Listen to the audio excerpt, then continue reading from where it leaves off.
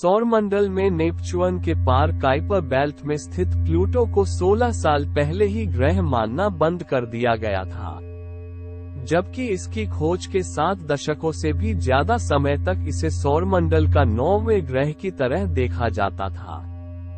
जब से इसे बौने ग्रह की श्रेणी में डाला गया है, तब से अभी तक यह विवाद कायम है कि प्लूटो ग्रह है या नहीं। कई खगोलविद इसे ग्रह ही मानते हैं। आज के कई युवा जब स्कूल में थे तब उन्हें प्लूटो को ग्रह बताया जाता था, लेकिन 2006 के बाद से इस पिंड को ग्रह की श्रेणी से हटा दिया गया और उसे बौना ग्रह करार दे दिया गया।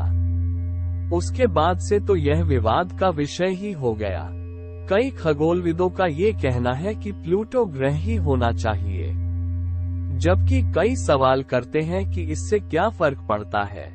अंतरिक्ष विज्ञान में सामान्य रुचि रखने वालों के लिए भी यह अजीब है कि आखिर प्लूटो को ग्रह क्यों नहीं माना जाता है। आइए जानते हैं कि इस पर क्या कहता है विज्ञान। हमारे सौरमंडल में मंगल ग्रह के बाद क्षुद्र ग्रह की पट्टी है, जिसके बाद गुरु ग्रह, यूरेनस और फिर नेपच्यून ग्रह की कक्षा पड़ती है।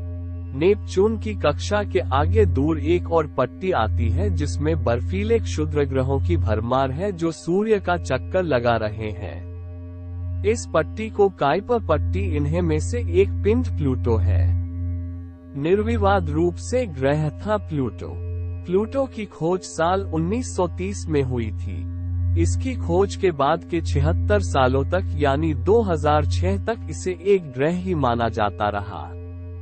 दिलचस्प बात यह है कि इसकी खोज के 62 साल तक काइपर पट्टी का कोई दूसरा पिंड ही नहीं खोजा जा सका था। ऐसे में प्लूटो निर्विवाद रूप से सौरमंडल का 9वां ग्रह ही माना जाता है, जिस पर आपत्ति उठाने का सवाल ही पैदा नहीं हुआ। लेकिन जैसे जैसे टेलीस्कोप बड़े होते गए, हमारे खगोलविदों को सुदूर अंतरिक्ष के पिंडों की तस्वीर साफ दिखाई देने लगी। इसमें प्लूटो भी शामिल था। धीरे धीरे खगोलविदों को ये भी पता चला कि प्लूटो दूसरे ग्रहों की तुलना में काफी छोटा है। बेहतर उपकरण इसके आकार को और छोटा करते गए। 1992 में दूसरा काइपर बेल्ट पिंड खोज निकाला गया। तब तक ये पता चल चुका था कि प्लूटो तो वास्तव में हमारे चंद्रमा से भी छोटा है। प्लूटो के बारे में एक बात और खटकती रही, वह ये कि उसकी कक्षा नेपच्यून की कक्षा को काटती है। ऐसे सौरमंडल के किसी और ग्रह के साथ नहीं है। पिछली सदी के अंतिम दशक और उसके बाद काइपर पट्टी के और भी पिंड खोजे जाने लगे, जिनकी संख्या जल्दी ही सैकड़ों तक पहुंच गई। लेकिन दिक्कत तब हुई जब साल 2005 में काइपर पट्टी में ईरिस नाम के पिंड की खोज हुई, जो प्लूटो से भी बड़े थे। तो कौन सा ग्रह? अब वैज्ञानिकों के सामने एक यह प्रश्न खड़ा हो गया, क्या प्लूटो और ईरिस दोनों को ही ग्रह घोषित कर दिया जाए? ऐसे में उन सभी पिंडों का क्यों होगा जो प्लूटो से आकार में कुछ ही कम है? क्या इन्हें भी ग्रह कहा जाना चाहिए? ऐसे में कितने ग्रहों की नाम याद रख पाएंगे? इसीलिए 2006 में इंटरनेशनल एस्ट्रोनॉमिकल यूनियन के खगोलविदों को इसके लिए एक मीटिंग रखनी पड़ी। इस मीटिंग में फैसला वोटिंग के जरिए करना तय किया गया। बहुत से लोगों ने प्लूटो से भावनात्मक लगाव रखते हुए उसे ग्रह बनाए रखने के पक्ष में वोट दिया, लेकिन अधिकांश खगोलविद प्लूटो को ग्रह की श्रेणी में रखने के पक्ष में नहीं थे। लेकिन काफी खगोलविदों को लगता था कि प्लूटो को एक ग्रह कहना ही गलती थी और इसे अब काइपर बेल्ट का एक पिंड शुरू से ही कहा जाना चाहिए था। बौने ग्रह की श्रेणी।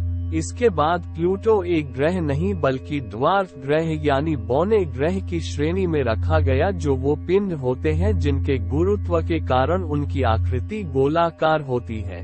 इस तरह के कई बौने ग्रह काइपर पट्टी में खोजे जा चुके हैं और ज्यादा संख्या में मिलने की संभावना भी है। इतना ही नहीं, एक बौना ग्रह जिसका नाम सेरस है तो क्षुद्र ग्रह पट्टी में ही मौजूद है। बेशक 76 साल तक ग्रह कहे जाने वाला प्लूटो ग्रह अब भी कई किताबों में ग्रह माना जाता है, लेकिन ये बहुत से खगोलविदों के लिए अब भी ग्रह की ही तरह है और वे उसका ग्रह की ही तरह अध्ययन भी कर रहे हैं। वहीं कई खगोलविद प्लूटो को फिर से ग्रह की श्रेणी में लाने के लिए प्रयासरत हैं। 2015 में नासा का न्यू होराइजन्स अंतरिक्ष यान ने प्लूटो के बारे में बहुत सारी जानकारी भेजी है। इनसे पता चलता है कि प्लूटो पहाड़ों, ग्लेशियरों, क्रेटर के साथ ही एक पतले वायुमंडल का ग्रह है।